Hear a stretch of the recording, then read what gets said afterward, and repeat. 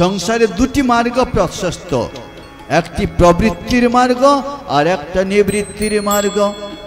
আপনি এখান থেকে যাত্রা শুরু করলেন, যাত্রা শুরু করে সোজা আপনি চলে গেলেন তিমাথানির উপর দিয়ে, সোজা একবারে চলে গেলেন মারোতলা দিয়ে, সোজা চলে গেলেন ঘাটালের দিকে, ঘাটাল থেকে চলে গেলেন হিমালয়, উত্তরে চলে গেলেন। এ হলো উত্তরে পাণ্ডবগণ গেছেন হিমালয় নিবৃত্তি মার্গের স্থান। এখান থেকে যাত্রা শুরু করলেন, একবারে এগরা দিয়ে, দীঘা দিয়ে, কাঁথি দিয়ে, চন্দনেশ্বর দিয়ে সাগরে পৌঁছে গেলেন, ডুবে গেল সাগরে। এগুলো প্রবৃত্তি মার্গ। দক্ষিণ মার্গ, উত্তর মার্গ।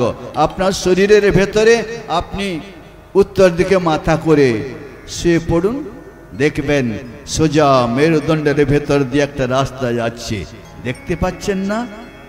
বামে ইড়া নারী, দক্ষিণে পিঙ্গলা, রজস্তম গুণে করিছে ন খেলা,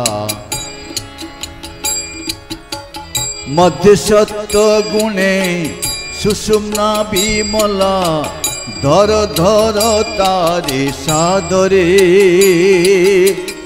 আর কেন মন ভ্রমিছ বাহিরে, চলো না আপন অন্তরে,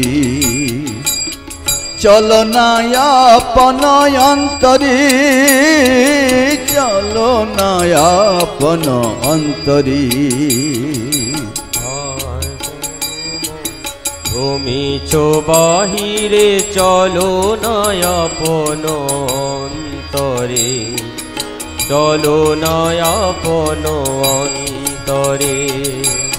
সেই সুষুম্না মার্গ দিয়ে আপনি যখন যাত্রা করবেন, তখন নিবৃত্তি মার্গ আপনাকে পৌঁছে দিবে সেই সহস্র দলে, যেখানে পরম আত্মার নিবাসস্থান।